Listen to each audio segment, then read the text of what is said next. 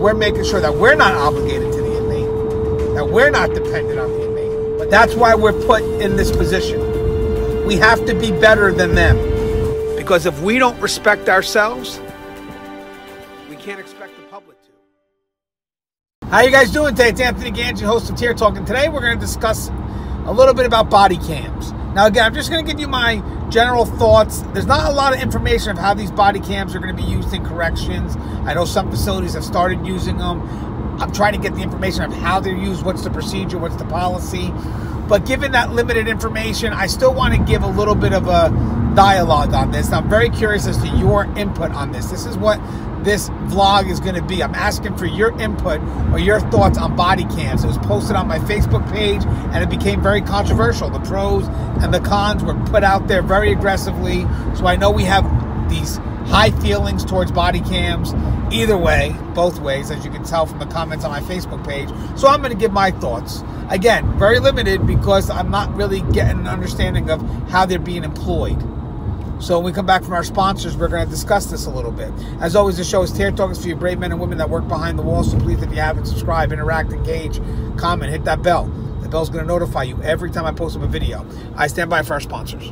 I wanted to attend a university that had an intelligence program. I wanted to look at problems different. I wanted to increase my critical thinking abilities. AMU offered those avenues to expand.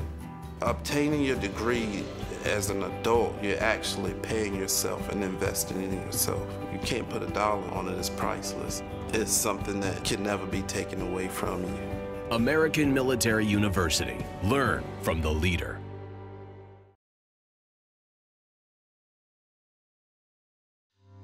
Being a corrections officer takes its toll on even the strongest individuals.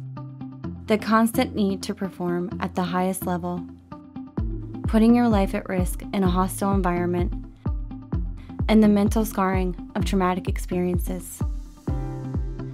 31% of corrections officers show symptoms of PTSD, and 66% of people with PTSD also suffer with a substance abuse problem.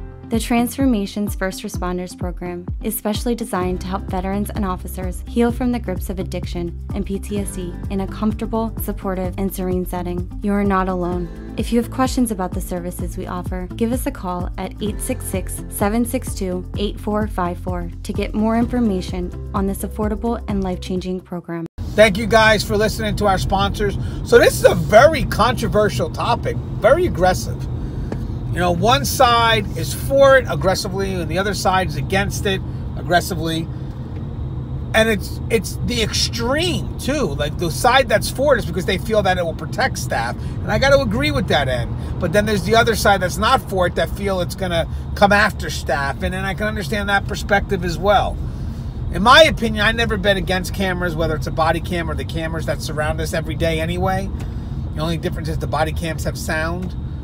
Because there's nothing that I'm doing that I don't care if a camera picks up. I'm not doing anything wrong. You know, I'm not saying anything wrong. So the added audio really doesn't change anything for me. But I will say one thing is I could see the side of the protection side, because there are a lot of times inmates will say that they said one thing and you know they said something different, and next thing you know, now you got something to prove that they said something different. So this could be pretty good with just protecting us. Actions too. Oh, the officer did this. Nope, there's camera proof that said that they didn't. You know, and it's more up close, more personal, especially the verbal. The verbal usually gets lost.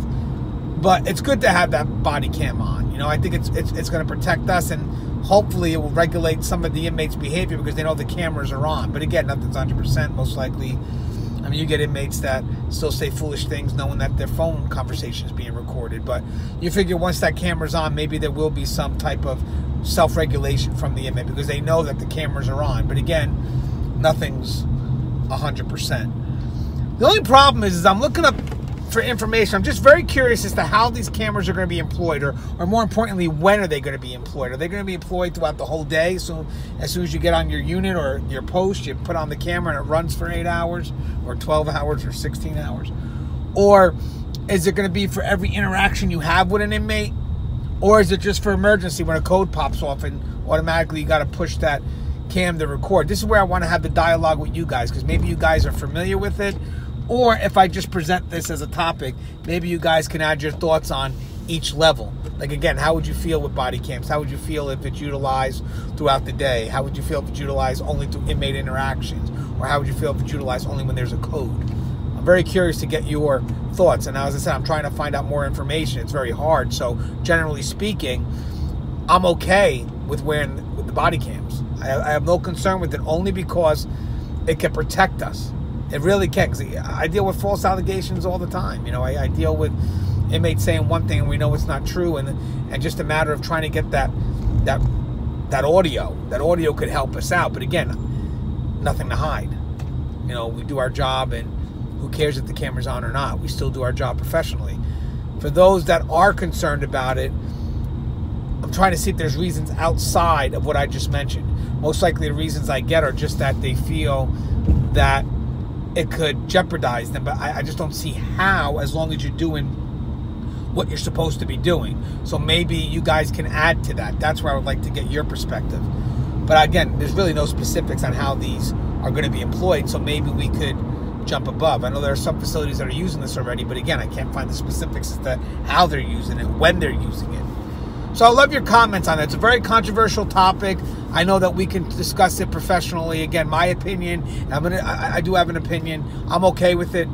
I really am. It depends on how it's being utilized, but as of now, generally speaking, I'm okay because I feel I have nothing to hide. But maybe you guys could think of other reasons that it could be utilized that I'm not seeing right now, but that maybe you guys can help explain to me as we have our discussion. Very curious, guys. What's your thoughts on body cams? As always, guys, the show is Tear Talk. It's for you brave men and women that work that front line. So please, if you haven't, subscribe, interact, engage, comment. Love to hear your thoughts on body cams and corrections. As always, guys, stay safe.